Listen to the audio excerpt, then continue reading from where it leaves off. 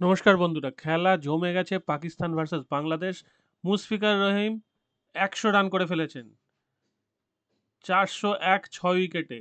এই খেলাটা আপাতত আপাতত আজকে চতুর্থ দিন, সেকেন্ড সেশন চলছে। আজকে ৬৮ ওভার বাকি আছে। সেখানে দাঁড়িয়ে আপাতত লাগছে যে খেলাটা ড্রয়ের দিকে যাচ্ছে, কিন্তু কিন্তু কিন্তু এইখানে কিন্তু এক্ষুনি টার্নিং হয়ে যেতে পারে। যদি আর একটা উইকেট পড়ে যায় তাহলে খেলাটা ড্র থেকে পাকিস্তানের দিকে চলে যেতে পারে। বাংলাদেশও পাকিস্তানকে যদি খুব তাড়াতাড়ি আউট করে ফেলতে পারে, তাহলে বাংলাদেশ একটা টি-20 বা টি-10 খেলার সুযোগ পেতে পারে। পাকিস্তান যদি ১৫০ রানের মধ্যে অল আউট হয়ে যায়, তাহলে খেলাটা এখনও ওপেন আছে। যদিও মুশফিক যতক্ষণ ব্যাট করবে সে কোনো রকম রিস্ক নেওয়ার চেষ্টা করবে না। সে শুধু ড্রয়ের জন্য চেষ্টা করবে, কারণ অবশ্যই তাদের জন্য এটা একটা বড় গর্বের ব্যাপার পাকিস্তানে গিয়ে টেস্ট ড্র করা। ২২৪ বল অলরেডি খেলে ফেলেছে, দারুণ ছন্দে আছে। তো দেখা যাক, মেহেদী হাসান মিরাজ যোগ্য সঙ্গ দিচ্ছে, এবং দেখুন রান যেভাবে হচ্ছে তাতে লাস্ট কতগুলো ওভার দেখুন, খুবই আস্তে খেলছে। ঠিক আছে, টেস্ট খেলা এটাই বলে, তাড়াহুড়োর কোনো দরকার নেই। কেউ মাথার দিব্যি দেয়নি এখানে টি-20 খেলতে হবে। সুতরাং যদি এখান থেকে বাংলাদেশ টেস্টটা বাঁচাতে পারে, তাহলে বাংলাদেশের পক্ষে যথেষ্ট সম্মানের। এবং যদি বাংলাদেশ জিতে যায় তাহলে তার দেখতে হবে না। তো দেখা যাক খেলাটা কোন দিকে গড়ায়। এবার আমরা নেক্সট খেলার দিকে আলোচনা করব। সেটা হচ্ছে যে শ্রীলঙ্কা ৮২ রানের লিড মাত্র, হাতে আছে ৬টা উইকেট, বাকি আছে 2টো দিন।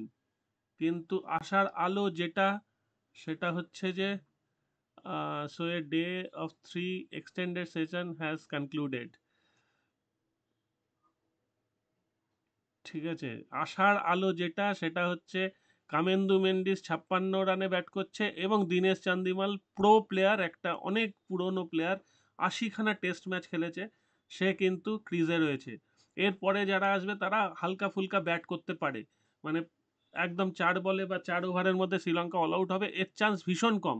হতেই পারে, যে কোনো কিছুই হতে পারে, কিন্তু সেইটা দেখার জন্যেই ভাবনাটা যে কি করা যায়। এবং যদি আজকে খেলা না হয়, এবং খেলা যদি আজকে ধরুন ১ ঘন্টা হলো বা হলোই না, আজকে বৃষ্টির সম্ভাবনা যেরকম, আজকে বৃষ্টি আছে কিন্তু ভালো রকম সম্ভাবনা, কম খেলা হবে আজকে, এটুকুই ধরা হচ্ছে। খেলা হবে না এর চান্স নেই, কম খেলা হবে। এবং আগামীকাল আজকের চেয়ে কম বৃষ্টি, তবুও বৃষ্টিপাত আছে। তো শ্রীলঙ্কা সেই ফাঁক দিয়ে কোনোভাবে খেলাটা ড্রয়ের দিকে নিয়ে যেতে পারে কিনা সেটাই দেখার। তো এখানেই এই দুটো ম্যাচ জমে উঠেছে। এবং গতকালে সাউথ আফ্রিকা ভীষণ বিপদে পড়েছিল এক সময়। দেখুন কি অবস্থা হয়েছিল সাউথ আফ্রিকা, ৪২ রানে ৫ উইকেট পড়ে গেছিল। ঠিক আছে, ৮ ওভারের মাথায় ওই বিপদ থেকে রক্ষা পায় ট্রিস্টান স্টাবস এবং প্যাট্রিক ক্রুগার। সেখান থেকে দলকে টেনে নিয়ে যায় ১৭৪। সেটা কিন্তু অসাধারণ একটা কামব্যাক বললেই বলা যায়। কিন্তু ওয়েস্ট ইন্ডিজের ব্যাটিংয়ের সামনে কিছুই করতে পারেনি বলা যায়। যেখানে আট আট ওভারের মাথায় আপনারা দেখলেন যে ৪২ রানে ৫ উইকেট ছিল সাউথ আফ্রিকা, সেখানে ৮ ওভারের মাথায় ওয়েস্ট ইন্ডিজের প্রথম উইকেট পড়েছে, এবং সেটাও ৮৪ রানে। সেকেন্ড উইকেট পড়ে ১৩ ওভার ৩ বলে ১৩৮ রানে।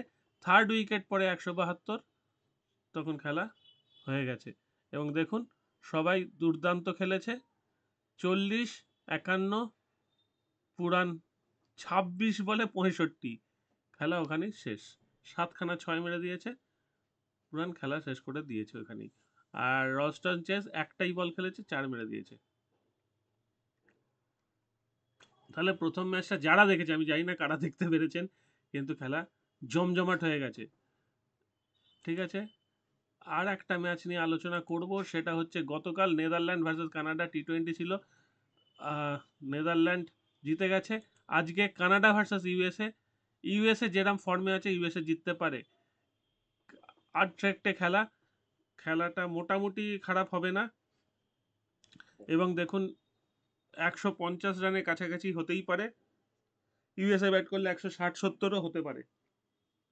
আমার ধারণা ইউএসএ জিতবে তার চান্স বেশি।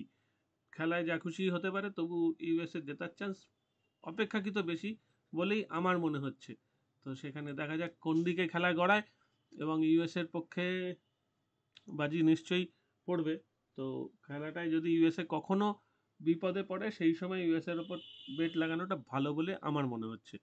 এবার দেখা যাক ফুটবলে, আজকে প্রচুর ফুটবল ম্যাচ আছে। দাঁড়ান ফুটবল দেখি, এই যে ইপিএল রাউন্ড 2 শুরু হচ্ছে আজকে, মানে ম্যাচ ডে 2। ম্যাচ ডে 2-তে ব্রাইটন ভার্সেস ম্যানচেস্টার ইউনাইটেড। দেখুন দুজনকার রেট বেশ কাছাকাছি। তার মানে যদি ব্রাইটন প্রথমে গোল দেয়, ব্রাইটনের রেটটা কমে যাবে, তখন ব্রাইটনকে লে করা যেতে পারে। ক্রিস্টাল প্যালেস আমার মনে হচ্ছে আজকে জিতে যাবে। ফুলহ্যাম জেতার চান্স আছে। ম্যানচেস্টার সিটি রেটই নেই ইপসুইচের সঙ্গে। এই খেলাটায় আমার মনে হয় তেমন কিছু ঘটবে না। যদি এখান থেকে ম্যানচেস্টার সিটি ড্র করে, তাহলে ইপিএল এর এখনো পর্যন্ত সবচেয়ে বড় জ্যাকপট। ম্যানচেস্টার সিটি যদি ড্র করে, বা কোনো একটা সময়েও যদি ড্রয়ে থাকে। আচ্ছা, সাউথহ্যাম্পটন নটিংহাম। সাউথহ্যাম্পটন হারতে পারে, এই ম্যাচটা আমি ধরবই না, সাউথহ্যাম্পটন নটিংহামের ম্যাচটা।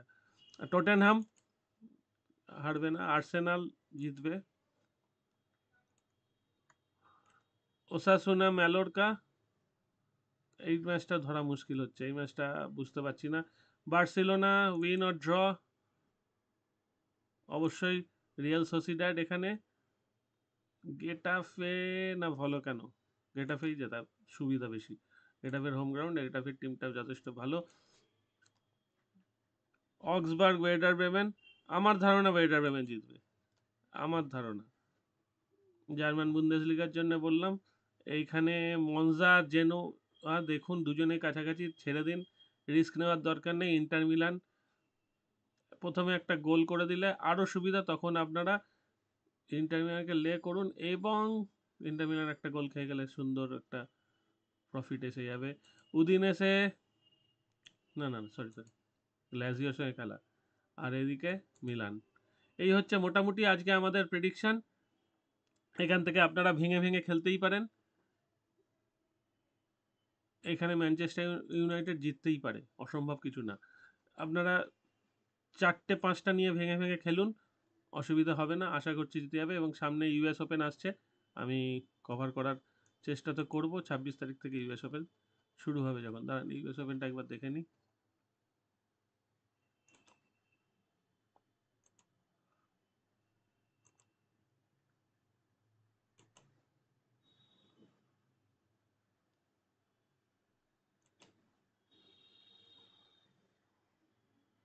ছাব্বিশ তারিখ থেকে ইউএস ওপেন ওমেন, ঠিক আছে। ইউএস ওপেন শুরুই হয় আমাদের এখানে যখন রাত্রির 8টা 8:30, তখন ইউএস ওপেন শুরু হয়। সুতরাং অনেকেই খেলা দেখতে পাবেন। 2 দিন 6 ঘন্টা বাকি, আরামসে খেলা দেখা যাবে ইউএস ওপেন। টাটা, শেষ করলাম।